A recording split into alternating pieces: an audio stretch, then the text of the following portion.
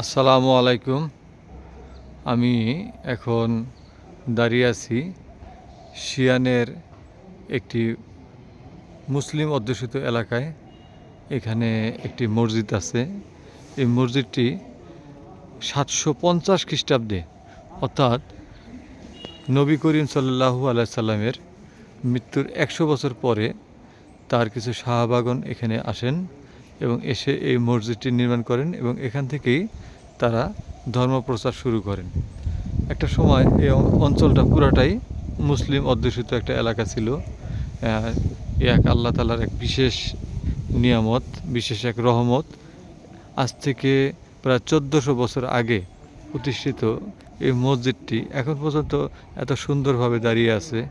এখানে প্রতিবার প্রায় 200 থেকে 300 লোকের জামাত হয়। এই জামাতে বিভিন্ন জায়গা থেকে, বিশেষ করে চায়নার বিভিন্ন জায়গা থেকে, ইন্দোনেশিয়া, মালয়েশিয়া, বাংলাদেশ, পাকিস্তান, ভারত, বিভিন্ন জায়গা থেকে এখানে এসে মানুষ নামাজ আদায় করেন। এখানে দেখেন চতুর্দিকের যে পরিবেশটা অত্যন্ত সুন্দর, ছিমছাম, পরিষ্কার পরিচ্ছন্ন। এটা হচ্ছে মূল মসজিদের মূল ফটক। এখানে আমরা কিছুক্ষণ আগে আমরা আসরের নামাজ আদায় করেছি। ইনশাআল্লাহ আশা করতেছি এখানে মাগরিবের নামাজ আমরা কিছুক্ষণের মধ্যে আদায় করব। এখানে ইফতারির ব্যবস্থা আছে। নামাজ প্রথমত আগে ইফতার করতে হয়, ইফতার করার পর নামাজ পড়তে হয়, তারপর বড় ধরনের একটা ইফতার পার্টি এখানে হয়ে থাকে, যেখানে অসংখ্য আইটেম এখানে থাকে। আমি চেষ্টা করব পরবর্তী ভিডিওতে চায়নার মুসলমানরা কী দিয়ে ইফতার করে তার একটা ভিডিও আমি করার জন্য চেষ্টা করব। তো আমি এখানে দেখেন অনেক সুন্দর বেশ কিছু গম্বুজ বিশিষ্ট ঘর দেখা যাচ্ছে। আসলে এগুলো কিসের ঘর তা তো আমি ঠিক জানি না।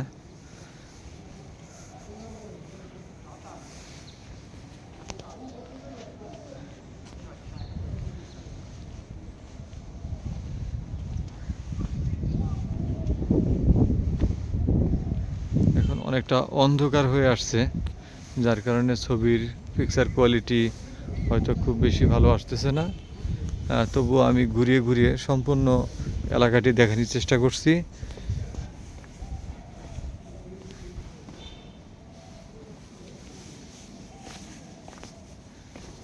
সুবহানাল্লাহ, সুবহানাল্লাহ।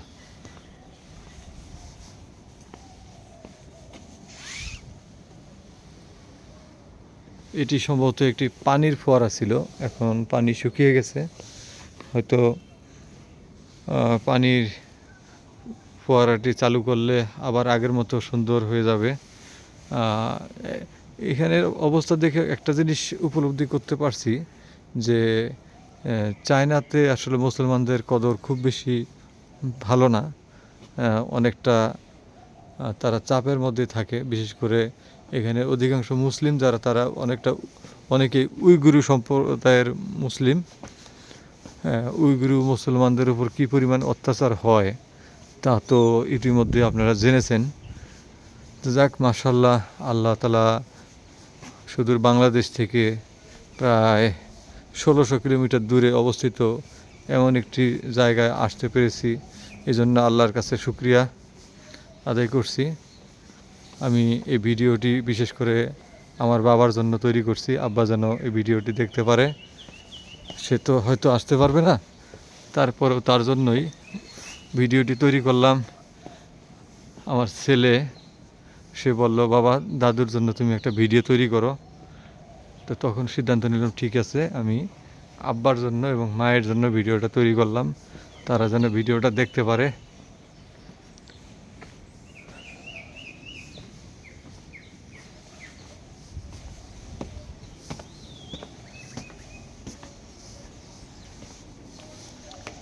আসলে মসজিদে ঠিক কতগুলি যে গেট আছে এর কোনো শেষ নাই। যেদিকেই যাই শুধু বড় বড় গেট, অসংখ্য অসংখ্য গেট। কারণ অনেকটা নিরাপত্তা বেষ্টনীর মধ্যেই এই মসজিদটি চালু ছিল। আর এখানে মসজিদ যে সোসাইটি আছে, সোসাইটির হয়তো অনেক অফিস রুম বা এরকম কোনো কিছু আছে এখানে, যার কারণে অসংখ্য ঘর এখানে দেখা যায়। ইতিমধ্যে দেখতেছি যারা মুসলমান এখানে আছে, যারা খাদেম আছে, তারা ইফতার পার্টির জন্য বিভিন্ন ধরনের ইফতারি সরঞ্জাম নিয়ে চলাফেরা করছে। সব মিলিয়ে অসম্ভব সুন্দর শীতল একটি জায়গা। বর্তমানে এখানকার টেম্পারেচার 9 ডিগ্রির মতন। আসলে এখানে ঠান্ডা একটা বাতাস আছে, প্রচণ্ড ঠান্ডা বাতাস, যে বাতাসটা শরীরে লাগলে বেশ অসুবিধা হয়। বিশেষ করে আমাদের অনেকেরই, আমার হয় না এরকম অবশ্য, কিন্তু আমার কলিগদের অনেকেরই তাদের দেখা যায় যে নাক দিয়ে কিছু ব্লাড আসতেছে, এমন ঘটনা ঘটতেছে। তার কারণ এখানে মেঘ সবসময় টেম্পারেচারটা 7 ডিগ্রি, 8 ডিগ্রি, 6 ডিগ্রি, 3 ডিগ্রি এমন থাকে। আর বিশেষ করে যখন ঠান্ডা বাতাস ছাড়ে তখন আসলে এটা একটু কষ্টকর হয়ে যায়। মাস্ক পরা থাকলে তেমন কোনো সমস্যা হয় না।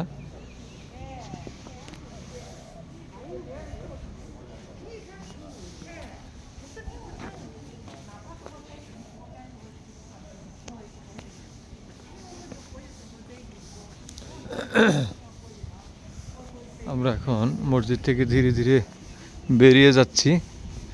এখন ধীরে ধীরে সামনে আমরা মসজিদের যে মেইন গেট, সেই মেইন গেটটির দিকে যাব। এখনো অনেক দূর, এখনো অনেকগুলি গেট, অনেকগুলি গম্বুজ বাকি আছে। এখানে সম্ভবত ইফতারির ব্যবস্থা করা হবে এই জায়গায়। তো আমরা প্রথমে নামাজ পড়ব, মাগরিবের নামাজ পড়ব। আসলে এখানে জাস্ট পানিমুখী দিয়ে মাগরিবের নামাজ পড়তে হয়, তারপরে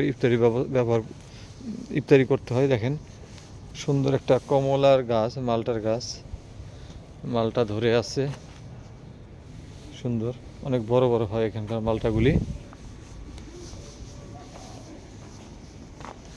আর এগুলো ঠিক কী গাছ আমি জানি না, তো গাছগুলো হয়তো অনেক সুন্দর সাইজ করা হয়েছে।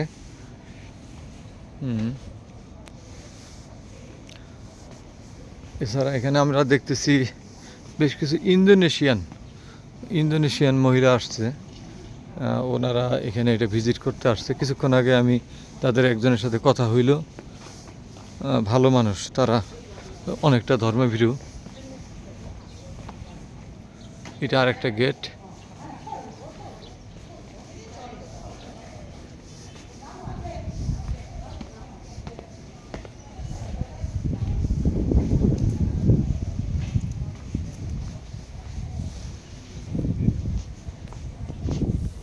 এই হইল এখন সামনে যে গেটটি দেখা যাচ্ছে, এটি হচ্ছে মূল গেট। এই গেট দিয়ে প্রথমে ঢোকা হতো, তো এখন সামনে অনেক প্রোটেকশন ওয়াল দেখা যাচ্ছে। আসলে এখানে আমি যেটি আগেই বলেছি যে এখানকার মুসলিমরা অনেকটা নির্যাতিত, তাদের অনেক রেস্ট্রিকশন আছে। তারা হয়তো সঠিকভাবে তাদের সঠিক নামাজটি আদায় করতে পারে না, আজান দিতে পারে না।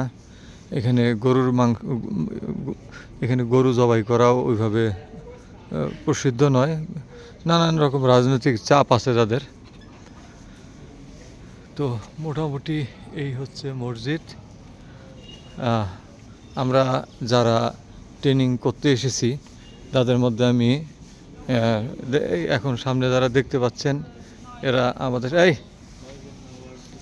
আমার সামনে উপস্থিত আছে ছোট ভাই নুরুল ইসলাম, আমার সাথে ট্রেনিং আসছে।